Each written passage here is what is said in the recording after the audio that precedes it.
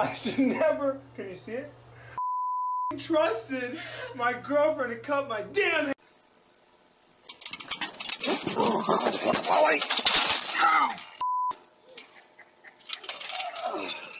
Hold on to it. Go. All right.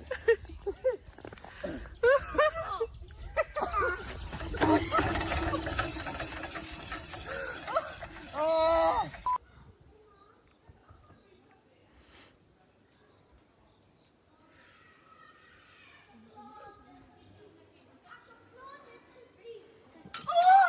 No, she's fine. No, Oh!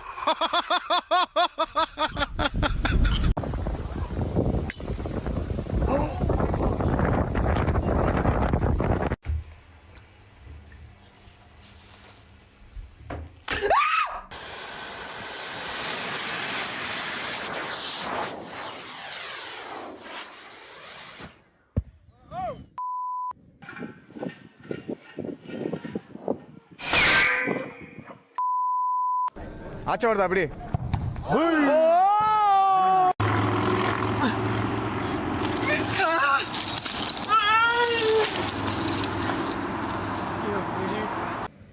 So, I'll show you how to Wu-Tang.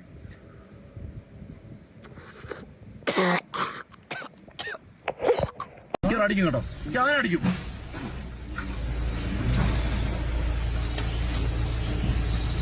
എന്താ അവൻ്റെ അങ്ങനെ ചെറുതാണ്ടോ അതിനൊന്നും ചെയ്യണ്ട ഒന്ന്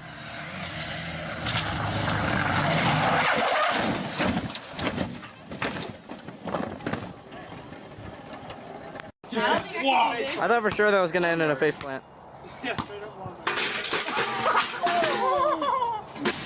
Welcome, my friends.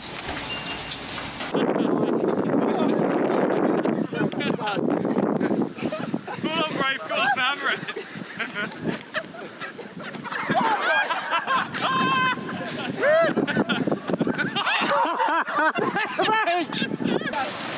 Let's keep pulling. Oh no! Hold on to the rope.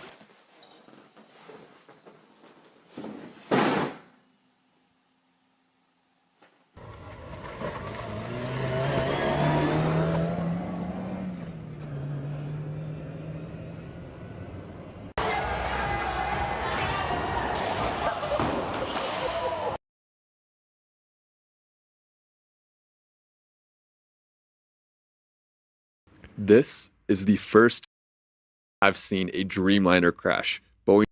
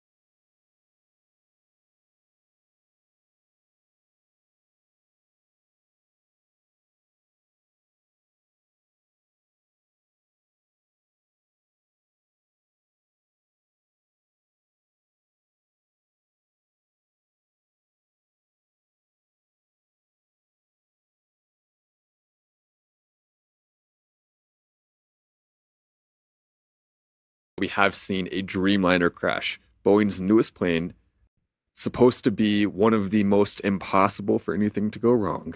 And yeah, as we watch on the screen, it fall out of the sky right after takeoff. And you can see the footage there. This is new footage just coming out that everyone needs to see, because if you look at the bottom there, under this massive cloud of smoke, you see 5 trucks parked there. Now, that doesn't necessarily mean something ominous on its own, but there's also something that looks weird, some piece of equipment next to it. And just the fact that this happened alone, when it's supposed to be impossible for the Boeing Dreamliners to crash, means there was something else going on here. I believe that inside those trucks was some sort of equipment that was used to make the plane go down. Is that a crazy conspiracy theory? That's crazy. That is the craziest conspiracy theory. So this plane has a black box on it. It does. One of the most sophisticated in the world. More than 200 different sensors. It can tell you every single thing about the plane. It can tell you about the flaps. It can tell you about if every single system was working. And we did see what looked to be an emergency dump, an emergency system being used at the beginning. We can go into detail on that as we get into the show. But this has to be something else. Can it really be pilot error? No. In this scenario? No, it's definitely not pilot error. But let's go back for a minute and remember that you had whistleblowers for Boeing. This is just over the last couple of years, prior to President Trump coming into office, of Boeing cutting corners that was directly related to doors flying off of airplanes. I mean, there's just a lot of quality control issues that Boeing's been dealing with. It led to the removal of the CEO of Boeing, and we don't know yet. We know it was a newer Boeing Dreamliner. And the other ones that crashed were the 737s that didn't have the sophisticated technology. Basically, it would make the nose cone go down to the ground. The pilot would try to go up. So it was an error of the system. This is completely different. That's not possible in this plane. Well, so my wife is an aeronautical engineer and a pilot, commercial pilot. And so I'm just going to, I want to point this out, because there's more to this. There's no accountability in how things are developed with big corporations. They just get away with a lot of different things. But this is just as of April 7th, where the CEO was grilled by U.S. senators. On Wednesday, he's the CEO of Boeing, acknowledged a lax safety culture existed at the aircraft manufacturer, but denied workers on Boeing's factory floor were being pressed to speed up lagging production. So the Boeing CEO, Kelly Ortberg, who was appointed to his post just last August, appeared before Senate Commerce Committee on Capitol Hill. The hearings, titled Safety First, Restoring Boeing's Status as a Great American Manufacturer, focused on the steps the company has taken to address production deficiencies and safety issues that led to the door plug blowout incident of an Alaska Airlines 737 MAX 9 jet in January of last year. So in January of 2024, remember when the door blew out and mid-flight? Yep. Scary deal for everyone to deal with. That was just last January, and we had whistleblowers that came forward. Apollo, do we have anything on the whistleblowers specifically? And the reason why this is important is because this Dreamliner is a relatively new aircraft. A few years ago. Yep. Yeah. So you're talking about a plane that it couldn't have been that old. And we're now hearing about the laxed safety protocols at Boeing, and the whistleblowers were directly talking about the fact that they were putting parts in there they knew would fail into Boeing planes on purpose. Now, that whistleblower was doing a deposition in this case when he went after Boeing, and they found him shot to death, that he committed suicide on himself in the middle of a deposition. Like, so he's testifying, and upon testifying, he went back, got in his truck, shot himself in between going back to the courthouse. Wow. Do you believe that? I saw that. And it's one of the craziest stories that we've seen so far. And with this plane, by the way, the flaps were not extended according to the video. It's hard to see, it's a little blurry, but it looks like those flaps were not extended. And we also know that the pilot, within that short period of time the plane was in the air, was able to get off a distress call. A Mayday. They knew something was wrong with that plane from the second they took off. There's not enough time while they're falling. They knew already the engine, something was not working. It seems to be an engine failure on a plane that's supposed to be uncrashable. All right, so this gets to whistleblowers, and I'm a firm believer of this. I think we should we should explore this just a little bit. Put that back up if you would, Apollo, please. This is John Barnett. He was found dead only 2 months after this. This is on March 11, 2024. A Boeing employee known for raising concerns about the firm's production standards has been found dead in the U.S. John Burnett worked for Boeing for more than 30 years, but before retiring in 2017. In the days before his death, he had given evidence in a whistleblower lawsuit against the company. Boeing said it was saddened to hear of Mr. Barnett's passing. Charleston County coroner confirmed the death on the BBC on Monday. Now check this out. Ready? Ready. It said the 62-year-old had died from a self-inflicted wound on the 9th of March, 2 days before this, and police were investigating. Mr. Barnett had worked for the U.S. plane giant for 3 decades until his retirement in 2017 on health grounds. And from 2010, he was employed as a quality manager at the North Charleston plant. The facility builds the, ready? Hold on, ready? The facility builds the 787 Dreamliner, a state-of-the-art airliner used mainly on long-haul routes. So he was a whistleblower, and he was building them, and he supposedly committed suicide. He Epsteined himself. He said he uncovered serious problems with the oxygen system, which could mean 1 in 4 breathing masks would not work properly in emergency. He said soon after starting work in South Carolina, he became concerned for the push to get new aircraft built meant the assembly process was rushed and safety was compromised, something the company denied. So you can take this down. This is crazy because he's talking about what we're talking about now. He was building the 787 Dreamliner. His job was to inspect the quality. He was investigating and was testifying on behalf of whistleblowers. And here we're talking about a 787 that went down, Dreamliner, just a few years later.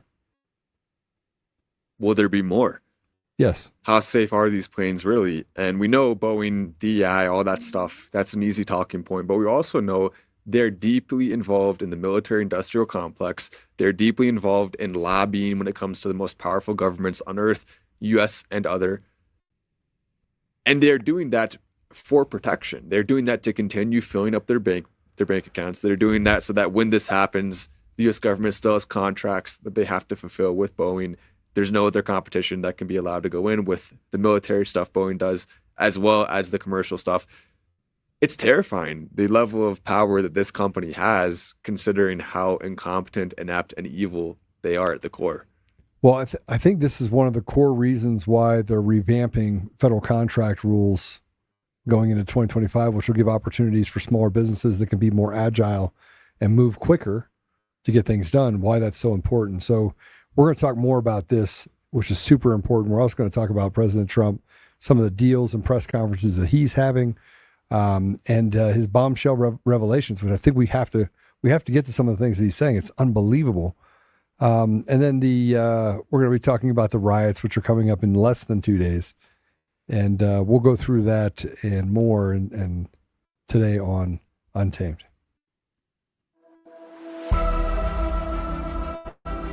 Take 2. Cut. Take 2. I want to talk to my people. I want to talk to my brothers and sisters.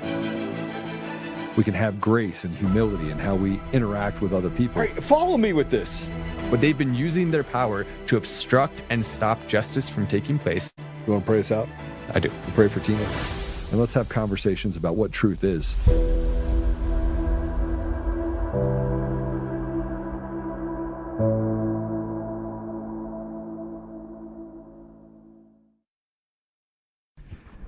All right, before we get into it, can we be a little funny?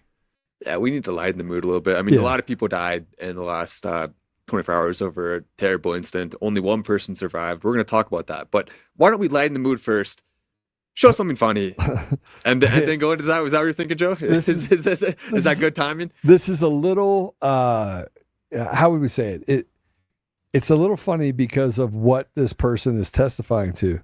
So Amy Klobuchar one of my not so favorite people, mentally retarded, not so bright, was talking about how she was in Congress, and that, the thing with the radical left is that they want to create a thing where they say somewhere along the line we're trying to take something from the poorest among us. So they got to hear from this woman called Felicia. Now, Felicia is a single mom of 4 who worked up to 3 jobs at a time to make ends meet. She counts on SNAP's food program, to help put food on the table. This is who Republicans in Congress are trying to take food away from. Oh, no. Listen to her story. So go ahead and let's play her video. She, by the way, if you're wondering what happened, mom of 4 who are ages 21, 17, 12, and 11. I would like to tell you my story on how SNAP benefit has helped me. Sorry. Go ahead. You're doing good.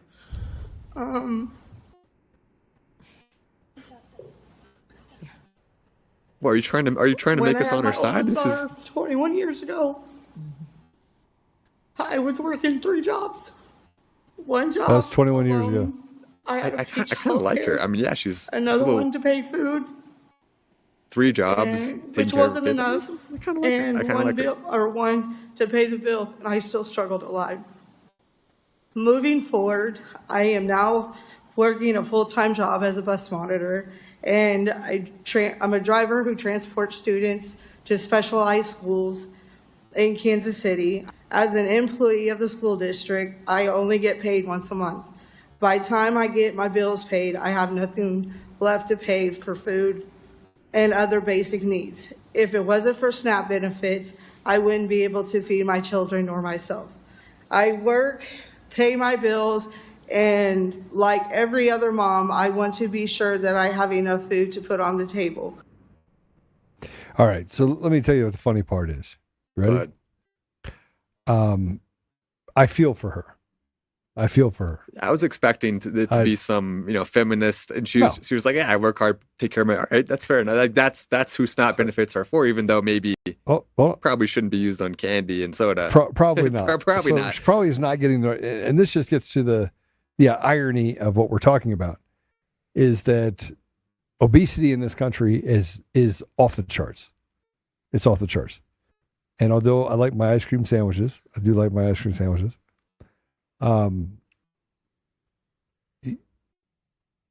She's reading a script somebody gave her. And this is the problem with you. Here's SNAP benefits. You want to take that away, which they don't want to take it away. But what is SNAP benefits doing for that woman? Not a lot of good things. She's over 400 pounds. And it's not entirely her fault either. As you know, I know you agree with me on this. They're poisoning us in our food. They're making soda commercials the number one thing you see on TV. And she never walked past the candy bar. She never walked past it. Never. Not one. She got every single candy bar that she could get on a SNAP, she got it. But that's not even the point. The point is that if the poster child for America and the programs that we put out there to help people are going to kill this woman before she's 60. She'll be dead before she's 60. We have to ban poisonous food. In my opinion, we should also ban soda companies from doing advertisements too. We should ban you from buying terrible stuff for your body using government benefits. First of all, that's a common sense thing. That's to help her, not to hurt her. And how about this? You can only get fruits and vegetables and meat with SNAP benefits. That's it. Maybe bread. Okay, yeah. Bread. I relent. The bread, milk bread. Yeah, but maybe bread that doesn't have high degrees of other stuff that's just put in it. This what you talk about poison, and but they use this poster child and say, hey, look, worked up to 3 jobs. They left out the part that was 21 years ago. Wow. And her story, though, and again, I want to get to the irony of all of it. So I work my job and I have my money. And at the end of the month, I have no money to pay my bills or I'm going to do anything else after I pay my bills. Do you know that's the plight of 80% of America? 80% of America lives the way this woman lives. 80%. 80% of the Is country. she a single mom? She's a single mom of 4 kids. I don't know if the single part is, but a single mom. Yeah, she's a single mom of 4. But I mean, my issue is this: we perpetuate exactly what we're dealing with right now, and this is a larger symbol of all the other things that we deal with. Is that somewhere along the line we have to just say, let's just throw a couple dollars. Let's throw peanuts at her. She ate every peanut. Let's throw the peanuts at her. Well, at the same time, trying to say that we're here to help you. How are you going to help a woman that she will not live past she's 60 based on her current health condition? You agree? Of course not. And by the way, we're up to 3,000 people watching right now. So there's a lot of people who are coming in. And so if you're joining for the first time, this is a show that we put a lot of work and effort into. A lot of research goes into. We have an incredible team back there. I want to go ahead and say that at the beginning because I don't want to say it too much else in the rest of the show because it is a very, very bleak show. And, you know, we can have some fun talking about that and what we're going to do. But yeah, I just think that we're going to talk about a bunch of stuff with President Trump and everything else. We are. But at the end of the day, it's the things that we don't talk about, that we walk past, that the everyday person has the biggest problem with. And politicians talk about stuff that are high level, that everyone thinks that people care about, and they don't. But there's a lot of suffering happening in this country and the things that we go through, and we're like the useful idiots. We're left to our own devices. And yeah, I'd love to help her. But then why do we let major corporations come in and feed her poison and do the things to her and other people in our community? Stuff that it's over 50% of the food product that we have in the United States, you could not buy in Europe. You could not buy in many countries because it literally is known to be poison. Yeah, it's awful. And yeah. I mean, a lot of people I think are tuning into to see some updates on the plane crash. I do want to get to that quickly because there was one individual who survived this plane crash somehow. Now that says a lot more than people are even reading into so far. Do we have the clip, Apollo, of the guy who's walking after the plane crash? He walked away from it. All of the other 241 out of 242 people on board lost their lives. One man who was sitting in row 11 at the window seat was somehow able to walk away from this. There he is right there. So that's him. He did go to the hospital, but he's walking away with nothing but some burns on his face. Clearly has a limp. He's totally fine. He's going to make a full recovery.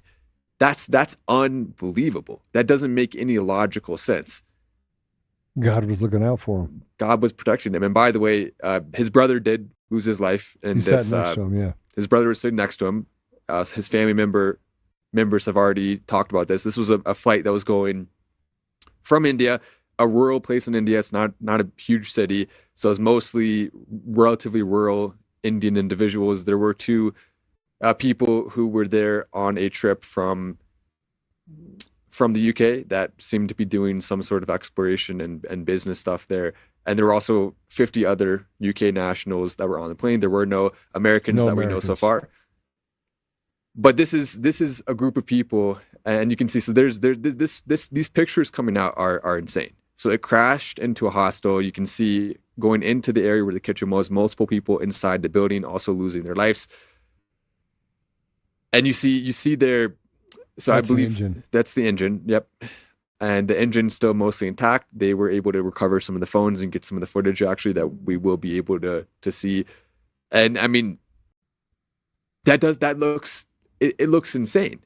That's not supposed to be possible for that to happen. And the fact that it did shows you that either Boeing and everything they're telling us about these planes are lies. The whistleblower's right. Yeah, does this one have sound for the Goodbye India?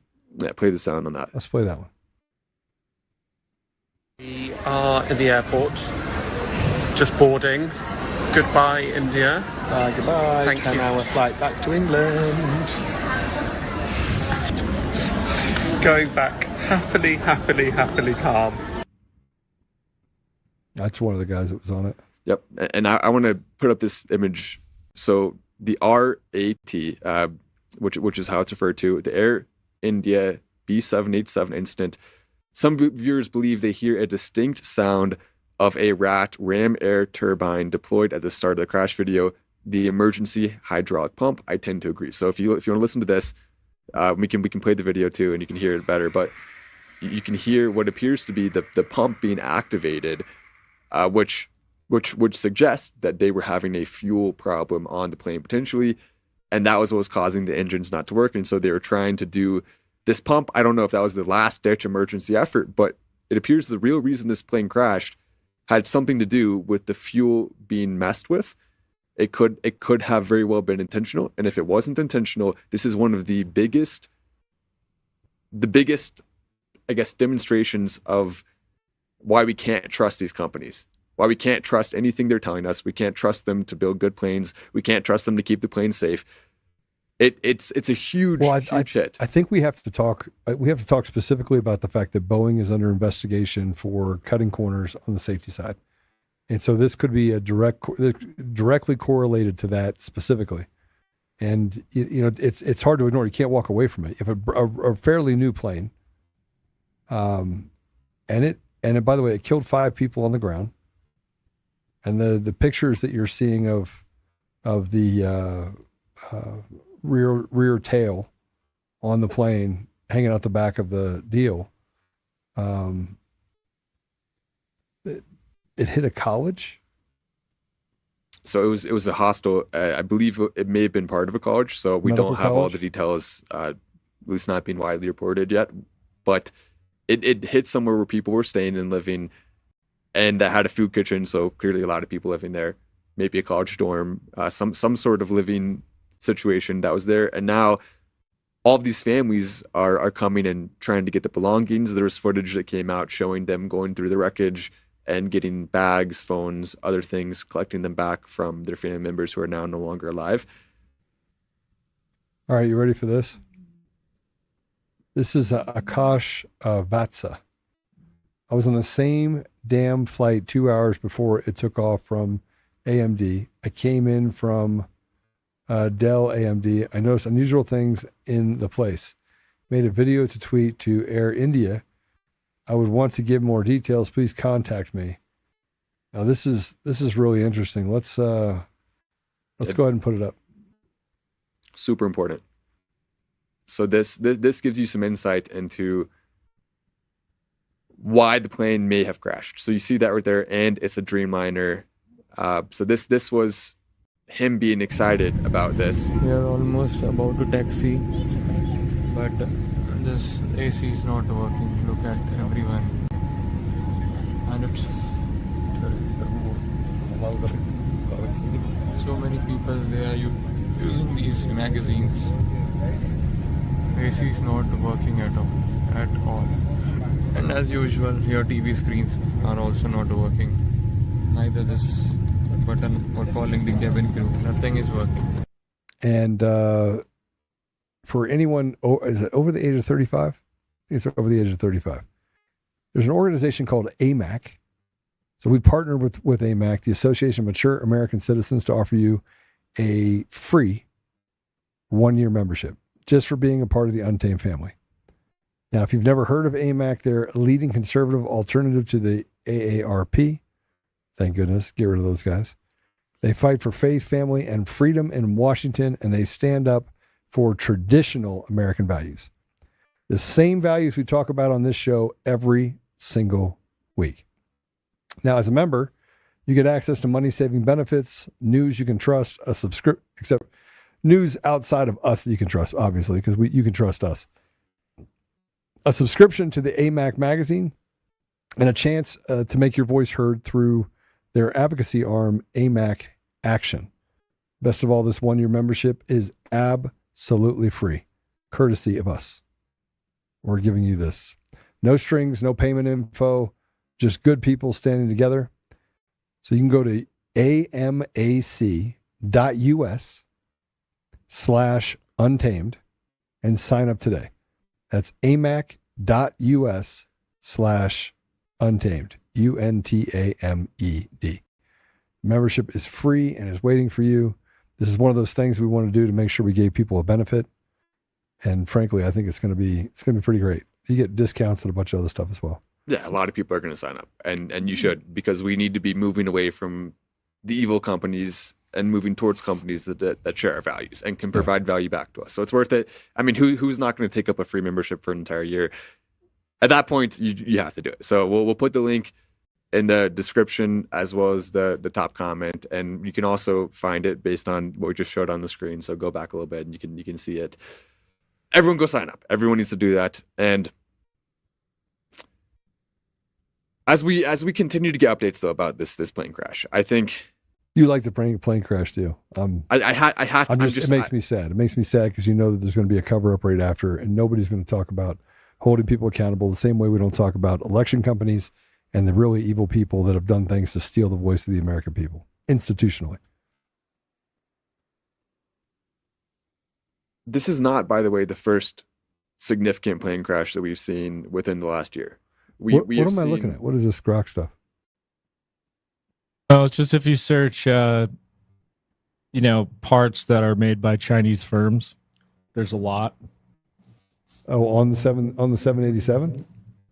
Yeah, a lot of these are 787, a lot of 737, 787, 747-8, 737, 87. But I mean, what? I don't know. It sticks out to me. Like, what are the FAA directors doing? I mean, yeah, but everyone's gonna get mad at me for saying it, but look, China's not our biggest problem. Our own institutional government is our problem. They're our problem. Like, our problem is the people that betray us every day, treat us like slaves. I just don't. I mean, the part can be made in Timbuktu, as far as I'm concerned. Yeah. The people in Boeing put it together. And the people in Boeing put those substandard parts into these in order to save money. To save money, and because they know they can get away with it. They don't care. They don't care if a plane crashes. They're not worried about that. As long as their bottom dollar is hit, maybe they'll care for a day, and then by tomorrow they're going to go back to their conference calls on how they can sell more planes. How can we cover this up in the best possible way? How can we have the media impact not cause us to lose contracts with our companies? That's all they're focused on. They're not focused, even though they have to help the families financially to some degree. They have to help them travel there. They have to give them resources, even counseling. They have to do that, but they're doing the bare minimum. They're not going to do more than that. They're going to try to fight any lawsuits extremely hard and make sure people aren't able to get any type of help after you lose a family member. They're going to, as they always are, act as evil as possible in the face of a mistake that they are responsible for. Exxon Valdez took over 20 years for people. People died before they even, most of the people that filed, and Exxon Valdez, by the way, is up in Alaska, and it was an issue where they had a massive oil spill. It took over 20 years to get a verdict. And by the time they did, in today's dollars, it would have been a couple $100 million. But most of the people that filed that complaint were dead long before they ever got any sort of justice. And it shouldn't be like that. It shouldn't. And Trump is offering them help, by the way. So if we want to play A7, Trump is offering help to India, which India doesn't offer us help, by the way, really, almost ever. I'm totally against what he's doing right now. Bad stuff happens to people all over the world. Why is it we got to be somebody's daddy? What are we going to give them? Go ahead and play A7. The plane crash was terrible. I've already told them anything we can do. It's a big country, a strong country. They'll handle it, I'm sure. But I let them know that anything we can do, we'll be over there immediately. But it was a horrific crash. It looks like most are gone. They actually maybe have a couple survivors, which is just heard. But that was a horrible crash. Nobody knows. Nobody has any idea what it might be. I gave him a couple of pointers. I said, maybe you'll look at this or that. We saw the plane. It looked like it was flying pretty well. It didn't look like there was an explosion. It just looked like the engines maybe lost power. But boy, that is a terrible crash. It's one of the worst in aviation history. Yeah. Yeah, but I mean, what he's talking about as far as help, let me just clarify that because I didn't see that clip, is the NTSB, National Transportation Safety Board. Anytime that there's an airline accident anywhere else, they're usually put on site immediately to look into it. There's other organizations in other countries as well, but the NTSB is probably the most prominent globally. And it is an American company. It is made by Boeing, which has factories here, and it's not all. Yes, they want to make sure it keeps everybody here safe as well. Yeah, that is also. I mean, we will say that's the why. If the plane was made in India, they probably would be more involved if something happened here. So that is why. That is the reason why. I don't think we've actually played footage of the crash yet. Should we Should we show the footage of the crash? I think we should. Let's play the footage of the crash. This is from the air. I think it's from the airport or from a building near the airport on the crash. Let's play it. I think it's 1, 2. And we also have one. So I put on my X as well. I noticed a little bit of something weird on the camera. It was probably, hopefully not anything to do with the crash, but I put a little arrow on it and posted it. And here's my train of thought when it comes to these things. I want to review every single piece of footage. I never believe the main story. And I want to keep looking at it over and over and over until we see something that may have been out of the ordinary. Right there. That's when they lost it. Yep. Right there. You can see where it just the tail pitched down and yeah. Yeah, it's and there's another angle too that's really informative. So this one I think is probably the best angle that we have because it shows the amount of time it was in the air, it shows the takeoff, and you see so there's definitely a bit of a dust devil on the ground there. Not particularly concerned about that, but as it's going up, it just doesn't. Right here, see where it's level flight and comes down. Yep, it just loses right force there. It happens and just kind of glides down, and it looks way slower than it's moving. That is a fast moving plane. That's why. And so it kind of glides down, seemingly in slow motion, but it's not. It's going pretty fast. And when it does make impact, we see the explosion pop up almost immediately. And again, we're looking at this, and I'm wondering, how is that guy sitting in row 11? He's in the middle of that. Well, President Trump said there was multiple people that survived. Who are the other people that survived? I want to know. We just know the one person did. I mean, typically in crashes, it's people in the very back that survive or the very front. It's never people in the middle, because you're right over the fuel tanks, and you become barbecued pretty quick. I think 11 is that's probably by the wing. That's from the front. Is that that'd be in the very front. That's first class. That's close. I don't know if it's first class. Yeah, 11's first class because it's an international flight. That could be first class for sure. That could be the case. Sure. Can we put up Apollo? I want you to look at this.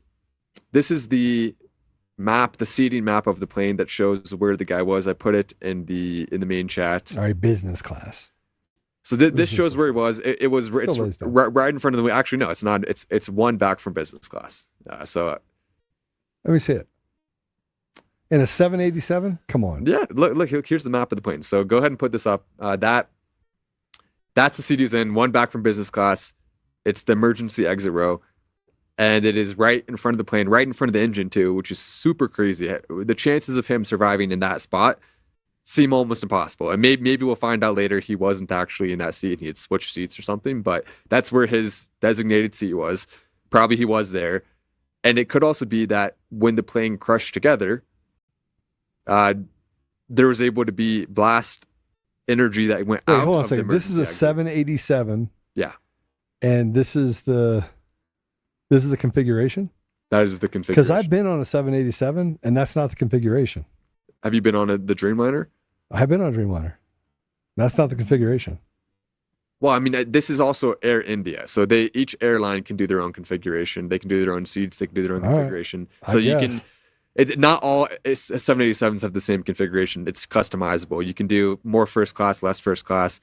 You can do your own color. You can pick what's on the back if you want to do a screen. So you get to customize it based on your airline. So that does check out. But he maybe somehow the wing protected him. I don't know. It just doesn't.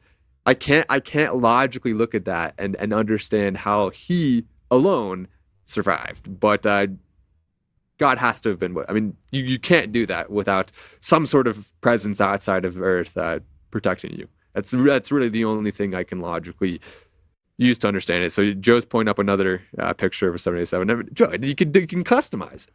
Yeah, I know you can customize it. I'm just telling you that it's not normal. It's totally not normal. Like, I've been on a 787. Have you been on a Air India 787? No.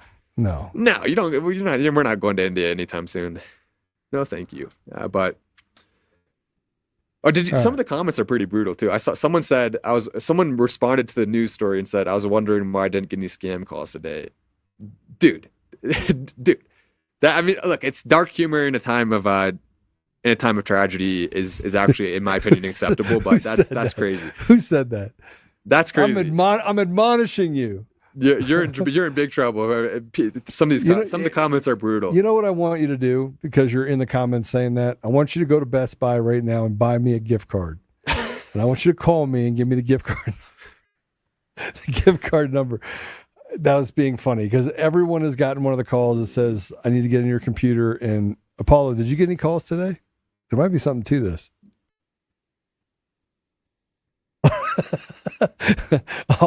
I'll ask you to go to Best Buy and get them a gift card.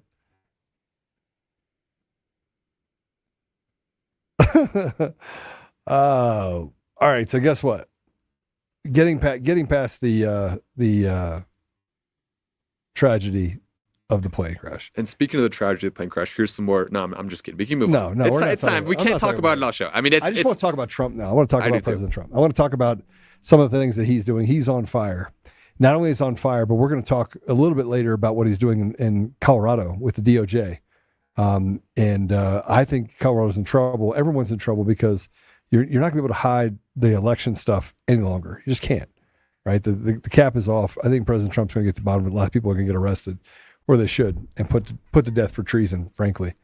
But President Trump's on fire, and he's been nonstop doing deals and press conferences and doing posts. I mean, I'm talking, he's like bam, bam, bam, bam, bam, over and over and over again. And now he's talking about Iran. And I'm going to tell you right now, just so we're clear, I'm out. I don't want to fight against Iran for Israel. I don't want anything to do with it. I don't want to. You want to be a big boy on campus and go do it. But I mean, I'm out. I don't want to do it. But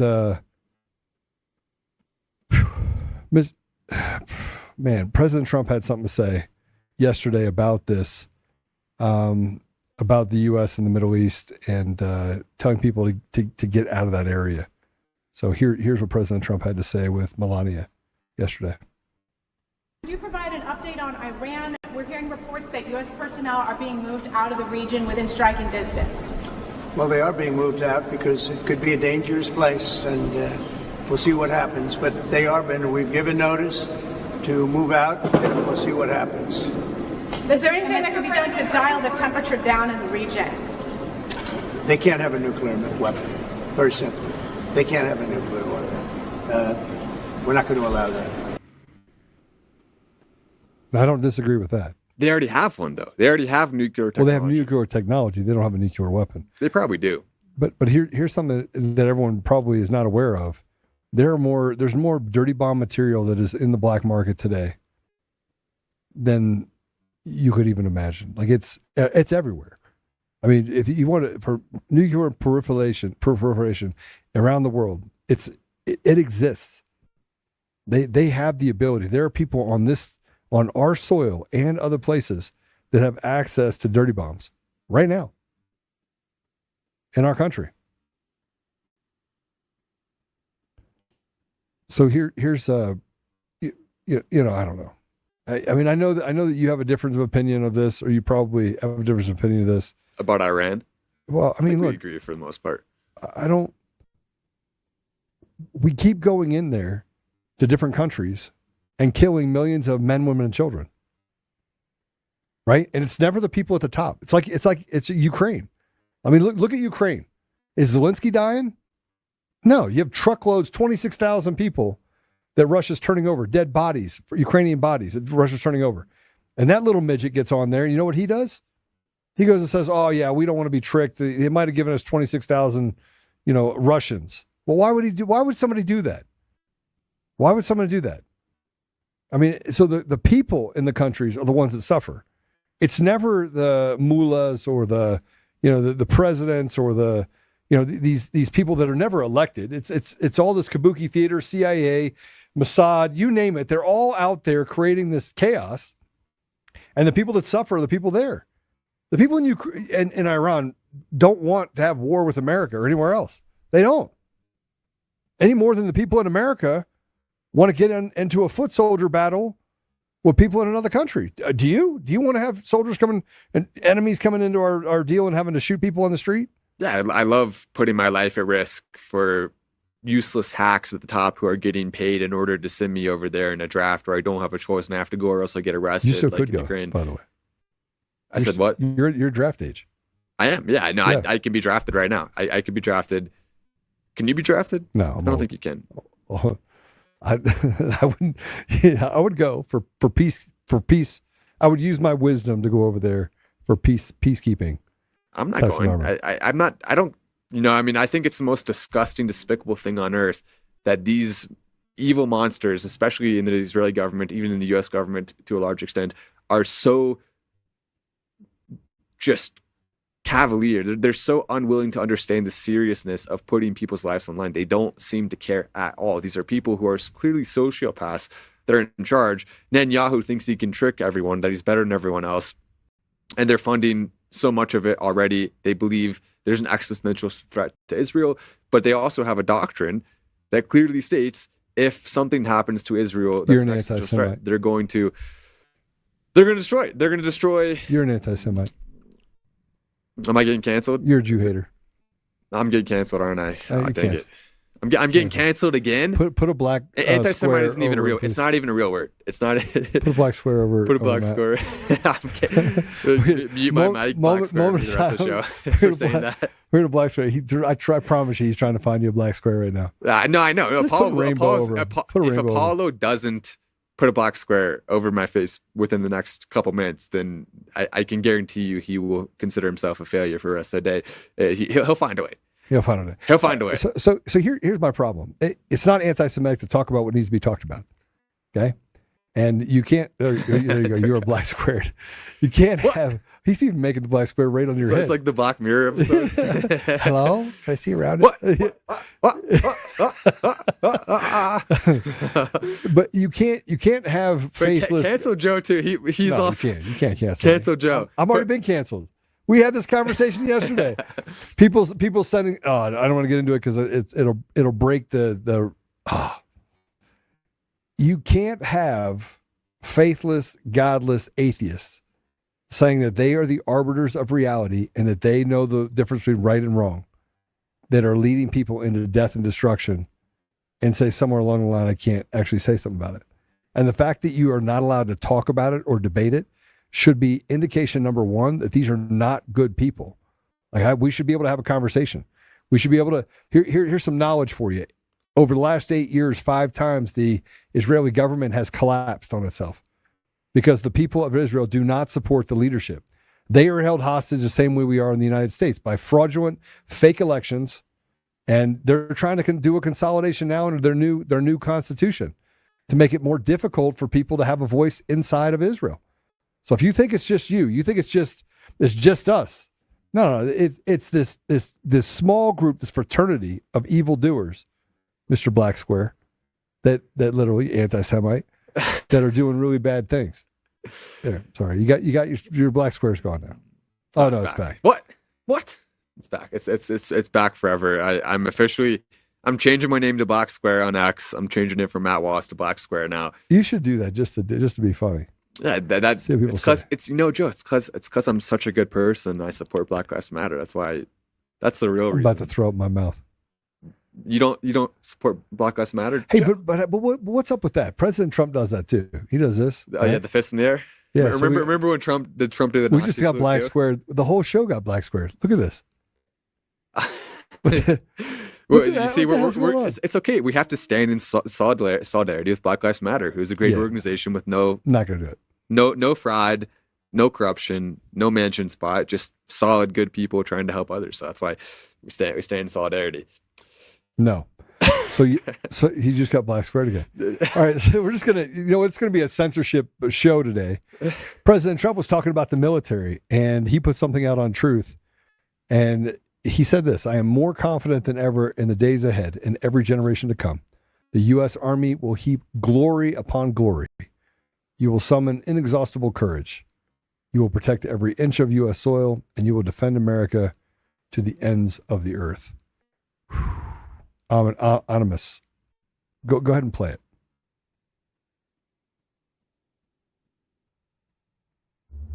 The life of a soldier is not just a job, it's a calling, and a sacred tradition passed down from father to son, brother to sister, and one generation to the next. At every hour of danger, our noblest citizens have answered that call. Time and again, our enemies have learned that if you dare to threaten the American people, American soldier will chase you down, crush you, and cast you into oblivion. The last sound you ever hear will be the dueling howl of Black Hawks.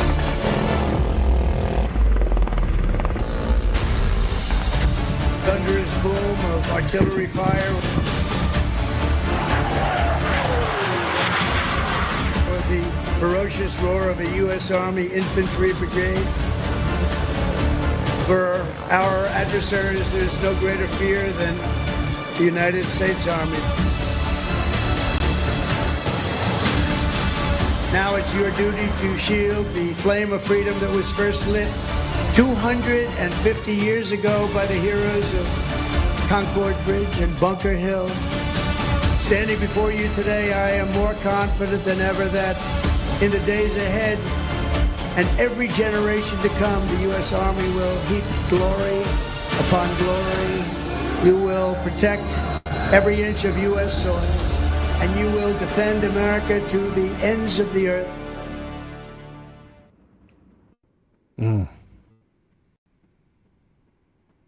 Kind of awesome, but at the same time, it's hard to look at that anymore and not just see 50% profit for the elites flying over there, 50% profit for the elites driving over there, another war in Israel driving over there. You know, it's just it kind of runs it. It kind of ruined it for me learning the truth about that. Even though it is undeniably awesome. I mean, how cool is that? But it's just hard. It's hard to appreciate it anymore. Well, President Trump's also doing something else, which is pretty cool. And we saw some drones, by the way. First time in a AI-driven drone has beat a person in a competition, a drone competition, flying competition. That just happened, which means we're accelerating at the speed of light through technology. Some really crazy stuff that we're doing here at Pydoxa now. But President Trump put this out. He just issued an executive order to accelerate domestic drone production, including flying cars for EMS, air taxis, cargo, and defense logistics. Let me tell you why this is so cool, is that this will allow us to, there'll be dollars that will go, again, to the smaller companies, as I was talking about before, that are able to move and be more agile and get away from the Boeings of the world. Because technology is moving so quickly, it should be very easy to get that cutting edge technology created right here in the United States. So he signed 3 executive orders to accelerate domestic drone production, secure our airspace, and position America to once again lead the world in supersonic technology. China last year had a supersonic missile that could get to the United States in under 30 minutes. That's a striking target in less than 30 minutes. That's not that far off from the speed of light. I mean, it is a lot slower than the speed of light, but you're getting into the territory there. Light can go around Earth in a couple seconds, right? You're getting into the territory where this is so fast that it's almost unfathomable that humans have been able to create a weapon that can do that. I mean, how do you stop? You can stop it. There are ways, but it's really, really difficult, especially if they send a lot of them at once. You're going to have a hard time stopping that. And it's going to be mutual destruction because we also have the same level of technology, even better in some cases. A lot of it's hidden. The only outcome, if that starts, is that we basically all die. Well, when you start building drones at the rate that they're building them, and you know that they're being weaponized in Ukraine, 1 in every 4 deaths in Ukraine is caused by a drone? 1 in 4 in Ukraine. So it's leading the way for you not to have any accountability and killing people. Well, it's just a matter of time till it's used against us as people.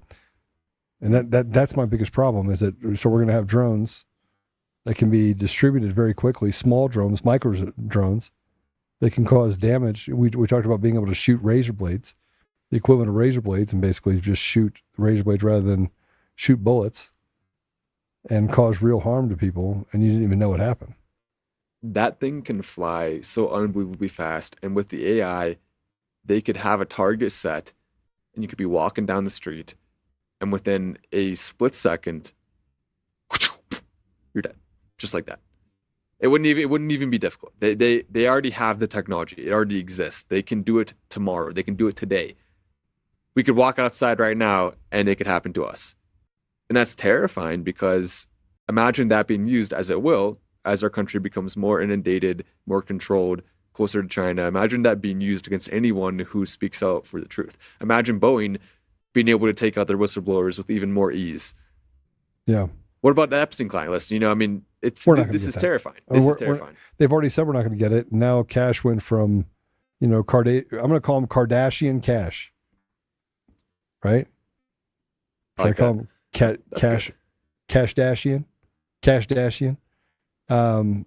He's the one that said that Epstein wasn't, that he obviously did not kill himself. And now they've come up with this ability to find video they said didn't exist because those cameras were turned off. That leads me to President Trump. Remember a couple of days ago when I was talking about Russia being our ally in World War II and lost over 50 million people? He lost over 50 million people. And we talk about, the single biggest casualty country was Russia. Yeah. Over 50 million people. China was second, actually, which is surprising, but that's true. So, but he talked about, President Trump was talking about when he was talking to Putin. And here's the interesting part about it that I find fascinating. Russia was our ally in World War II. And ever since then, the powers to be, this power group inside of the United States, largely, this fraternity, has been looking to make Russia our enemy.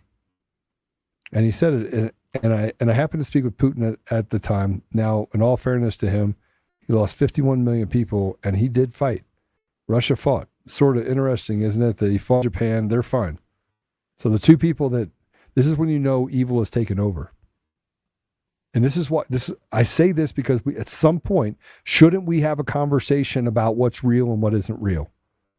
And whatever the propaganda is, history is written by the victors. So Germany killed all these people. Now all of a sudden they're okay. Japan, firebombed our Pearl Harbor. They're okay. And I'm okay with being okay with people. But how is it that the person that fought next to you, side by side with you, and it has a lot to do with the reality of truth.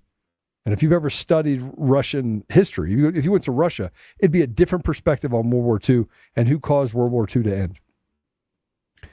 But here's what President Trump had to say. Let's go ahead and play it. This is him having a conversation with Putin. It's very interesting. 3 weeks ago, it was the end of world anniversary, end of World War II. And I called France, and Macron, who's a good man, I said, "What are you doing?" He goes, "We're celebrating World War II, our victory." I said, "Your victory? Your victory? Tell me about that." And then I called somebody else, and I happened to speak to President Putin at the time. Now, in all fairness to him, he lost 51 million people, and he did fight. Russia fought. Sort of interesting, isn't it? He fought with us in World War II, and everybody hates him. And Germany and Japan, they're fine. Someday somebody will explain that, but I like Germany and Japan too. But Putin is a little confused by that, He said, we lost 51 million people and we were your ally. And now everybody hates Russia and they love Germany and Japan. I said, let's explain that sometime, okay?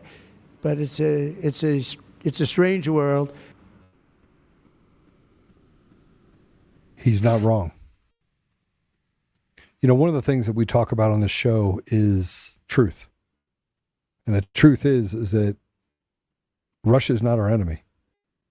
And Ukraine is the useful idiot that's being used in a proxy war against Russia by people who want to create, for whatever reason, and it usually has to do with power and money. But the thing about Russians is that they're pretty matter of fact. They're pretty matter of fact. They'll just tell you straight out. They'll be like, listen, I'm just going to tell you how it's going to happen. They're very truthful people. Russians, man, they just don't. Look, they'll make you, when you do business with Russians, they'll make you pay more for it, but it won't because they're lying to you. It's because you're afraid they're going to shoot you in the face if you don't do the deal, right? I'm going to buy a house. You need to buy this house right now. Well, how much do you want for it? $400,000. Yeah, I don't want to give you $300,000. You will pay $450,000 now. I'm not paying $450,000. I'll give you $350,000. You will pay me $500,000 now. By the time you're done, you're paying $450,000 just to get out of the room. But that's the reality of it is that Russia's not our enemy. They're not our enemy. And if you think Russia's your enemy, then you got beer goggles on and you need to stop looking at the media. Russia is not our enemy. They're the most demographically similar country to us. 82% Christian, the same percent white, the same. They're of all the countries on earth in terms of religion and race, they are the most demographically similar to us. So the idea that the most similar country to us of any country is going to be our enemy is kind of ridiculous and makes no sense. How is it that Japan, and by the way, Japan's actually an awesome place. I love Japanese people, but yeah, it's a pretty awesome place. Japan's way nicer than India. We'll say it may be a bad episode for me to voice that opinion, but it's true. Japan's better in almost every single way than a lot of the other countries in Asia. It's an awesome place. People don't like the fact we're talking about not supporting the faithless, godless Jews. People that just they're not okay with that. Well, I still think we need to actually put up museums for all of the victims of the Bolsheviks, I agree. The Bolsheviks, if you don't know about that, it's become a popular thing to talk about recently because we have more free speech than we've ever had before. And we weren't allowed to talk about it before. But the Bolsheviks, which was primarily formerly Jewish atheists who had taken over as a regime within the territory of Russia, decided to slaughter millions of white Christians. I would agree with that. Some estimates as high as over 50 million people lost their lives systematically in that. And we don't have museums for them. We don't have anything to remember those souls who we should be paying attention to, who we should be giving love to and showing respect for what they had to go through. But we don't talk about it enough. No, we don't. I would agree with that. We'll make a museum one day. We'll do that. Before I die, I'll make a museum. I'll do it.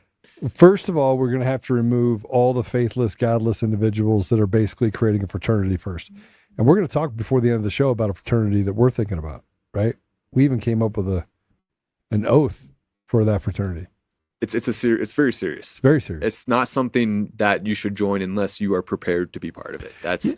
Yeah, so we're going to tell you how you can join that. We're going to get into that. But the reality of it is that we need to find a way together to come together and to be a part of a group. We might even have our own tattoo. What do you think? We already have our own hat. We have a cool hat. Delta. Yeah, we'll do. We're like Project Delta. One of those gay washable tattoos. No, it's got to be real. It's got to have a real tattoo. Are you not into getting a tattoo? You hate needles. I hate the idea of putting ink that will seep into my system and probably give me cancer, give me health problems. I hate tattoos. I mean, if you have tattoos, you just got blacked out.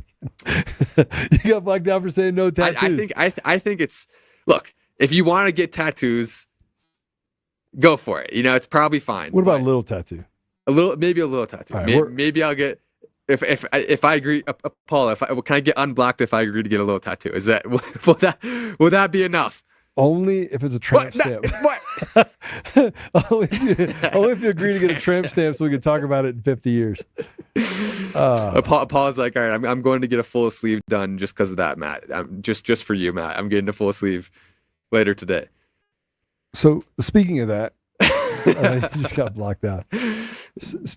Apollo is actually working his speech into this podcast just based on disruption. Just block you out.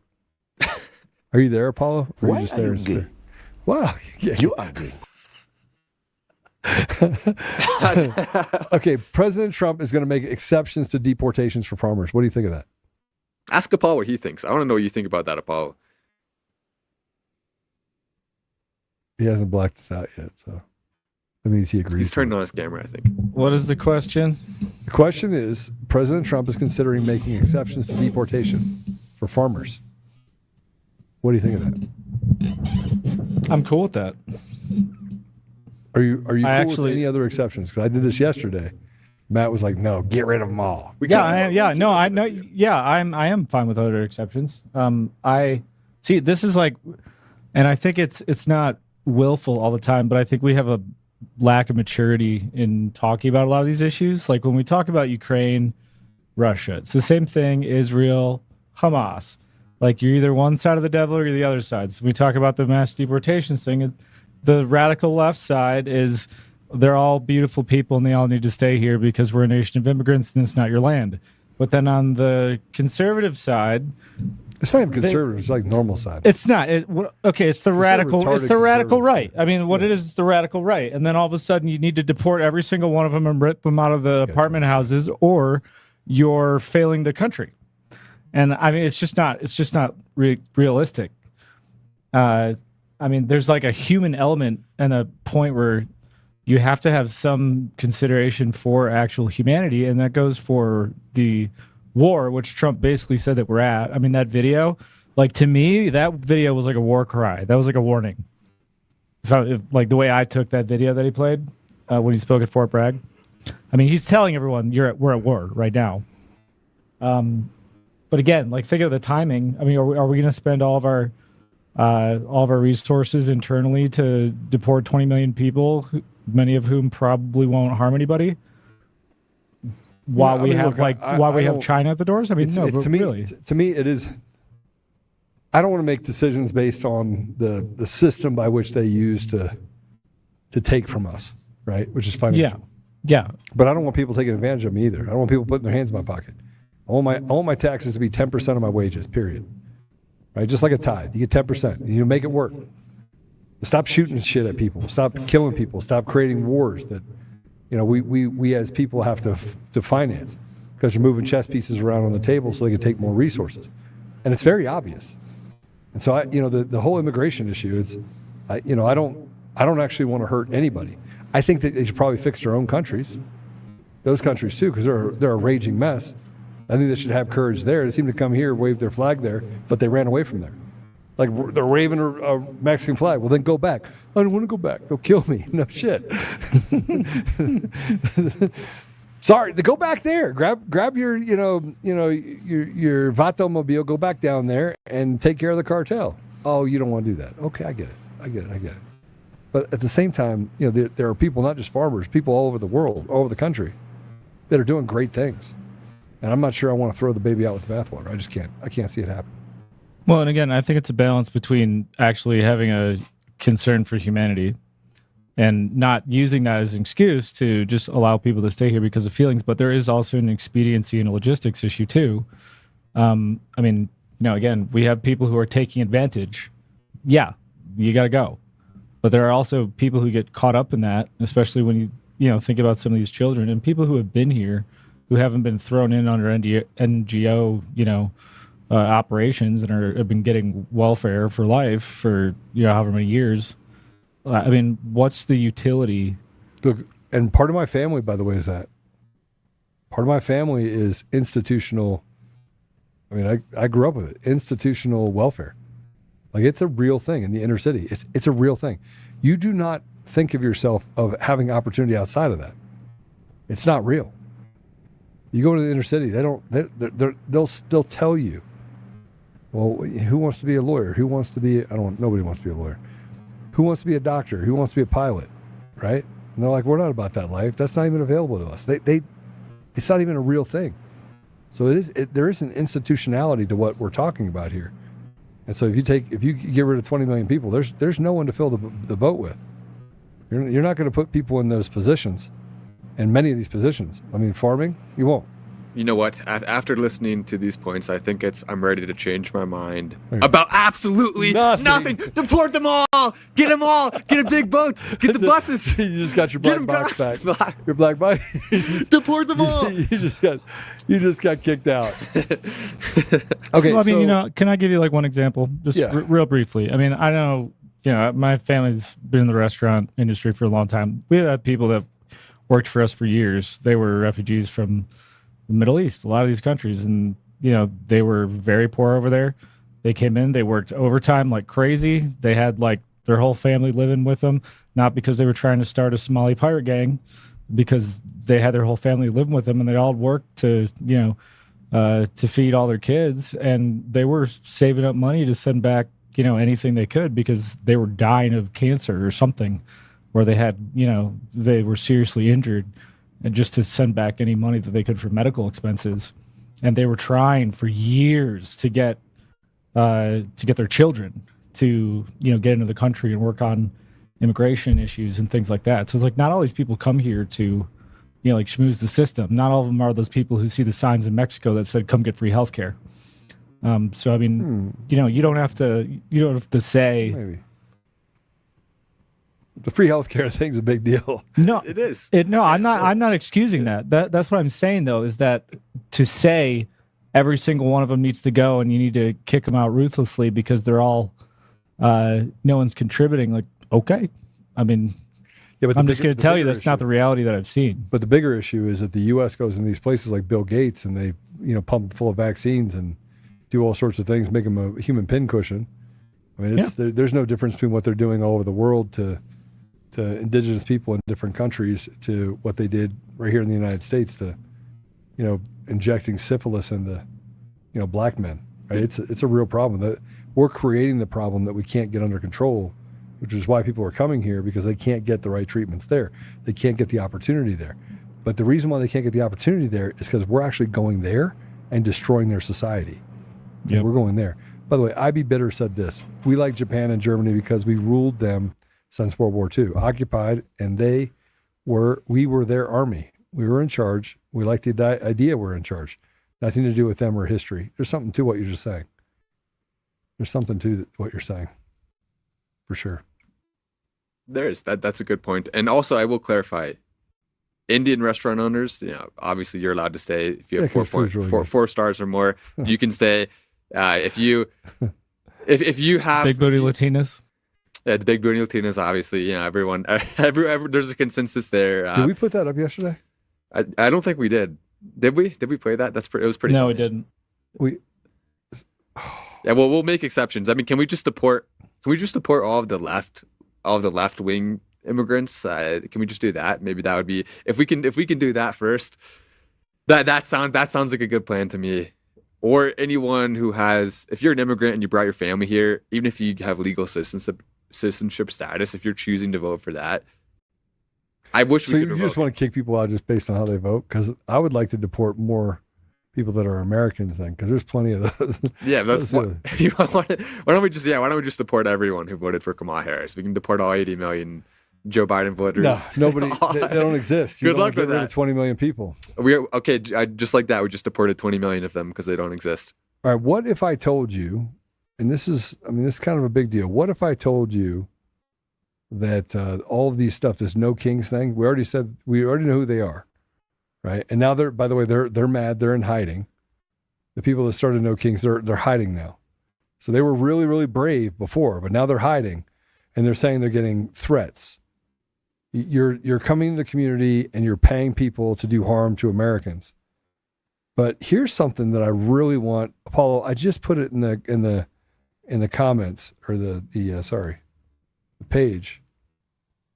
This is what's happening in Florida in preparation for what's going to happen on the 14th. Which, by the way, buy guns, buy ammo, buy guns, buy ammo, buy guns, buy ammo. 5 magazines. If you have a gun, go get more bullets. Make sure you have 5 magazines. Have 5 magazines. Go to the range, train, 5 magazines. If you're in Colorado, man, you better mount up because they're trying to have it all over, even in the red areas like Douglas County, Castle Rock, Parker. They're trying to disrupt children's events. There's a thing called Parker Days where it's a carnival. They're actually going to try and disrupt children with their antics in Parker. So if you get a chance, make sure that if you have your CCW, you stay stacked.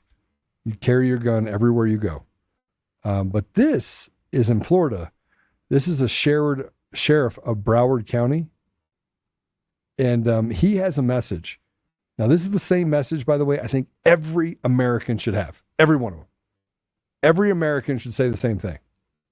And here's what he has to say. This is great. So I'm gonna break it down for you, all right? And if somebody wants to know what I mean by turn violent, all right, this is what I mean. If you resist lawful orders, you're going to jail. Let me be very clear about that. If you block an intersection or a roadway in Brevard County, you are going to jail. If you flee arrest, you're going to go to jail tired because we are going to run you down and put you in jail. If you try to mob rule a car in Brevard County, gathering around it, refusing to let the driver leave, in our county, you're most likely going to get run over and dragged across the street.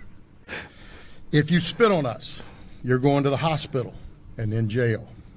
If you hit one of us, you're going to the hospital and jail, and most likely get bitten by one of our big, beautiful dogs that we have here.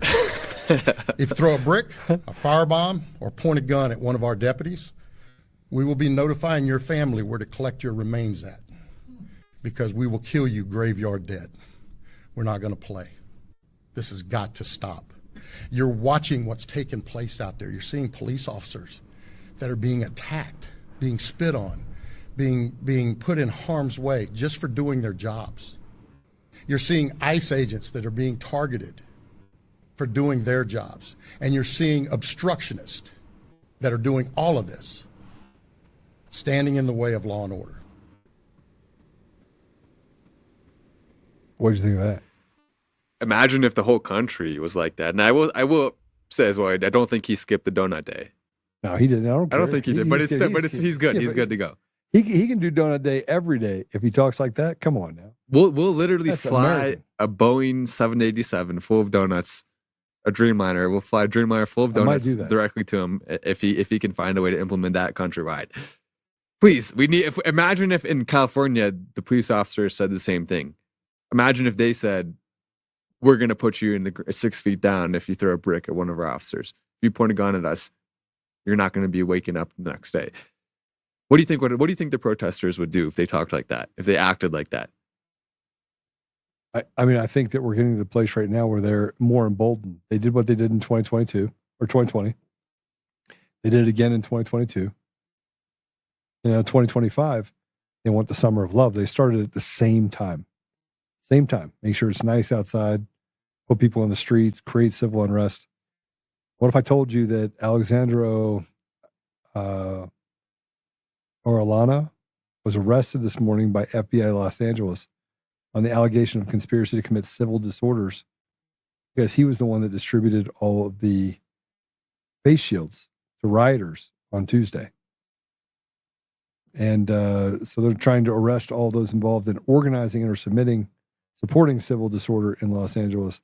Do you think it's going to get to the point where they arrest mayors and people that are in positions of trust? Probably not. I mean, they're all talking about using Signal and hiding their messages, which is illegal. It should be. It is illegal. You're supposed to, any correspondence you have, if you're a government official, has to be auditable. You have to be able to get access to it. But let's go ahead and play this. This is Mr. Orellana. Describe where it just feels like something's going to happen and you're waiting for it to happen. And you can look around, you see the National Guard in front of the federal building, but as far as this intersection where we're seeing all this take place, there's no local police to be seen. Yeah. And we have people handing out masks and gas masks, and we just saw people graffitiing the sidewalk right in front of this truck, and we've seen people doing burnouts in the street. There's no local law enforcement around. Let us clarify, because we've been showing a wide shot and from a different angle, a whole lot of officers on the other side of the federal building, almost behind you, and perhaps the visual is obstructed from your point of view. But I can tell you there are many, many, many LAPD cars and officers there that have staged. They are blocking that freeway overpass so protesters can't get on that overpass like they did yesterday and throw bricks or concrete or scooters down on law enforcement that was below that had cleared the 101 freeway. So perhaps they're not where you are, but there's a lot of them already positioned there. They're not getting caught off guard by a crowd gathered here. So, I mean, that was quite a shot that we have there of these folks, and your photographer just gave us a great shot of the box that was left behind, which showed the brand of mask. I mean, it's not the kind of... All right. So you have the Broward County Sheriff that said that. that if you step in front of a car, you stop someone from going, that they're going to run you over, right? Check out what DeSantis had to say. And we also have a policy that if you're driving on one of those streets and a mob comes and surrounds your vehicle and threatens you, you have a right to flee for your safety. And so if you drive off and you hit one of these people, that's their fault for impinging on you. You don't have to sit there and just be a sitting duck and let the mob grab you out of your car and drag you through the streets. You have a right to defend yourself in Florida. It's nice to see that Ruben was able to take a few minutes away from sleeping with his boyfriend to come and interview DeSantis. But well said. Well said. Black square, please. Black square. And then I was being nice. I was being.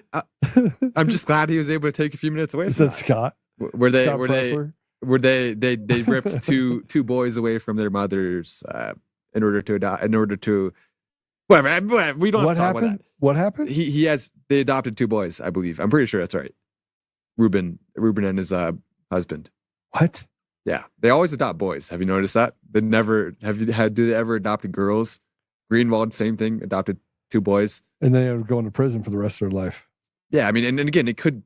We're not necessarily implying that everyone who adopts boys, but I certainly am concerned that there's such a high rate of that. I wouldn't want to be a boy adopted to a family of two men. You don't have the motherly love. You don't get to actually be with your biological mother. That's impossible. Two men can't have a baby. All right. So Seattle looks like LA. I think it's disgusting. I could go on a whole thing about this. Yeah, we can. I don't think they should. But the streets around the federal building in Seattle are controlled by rioters now. Take a look at this. They're actually burning things in the street right now. Go ahead, turn it up. I think that was a battery pack.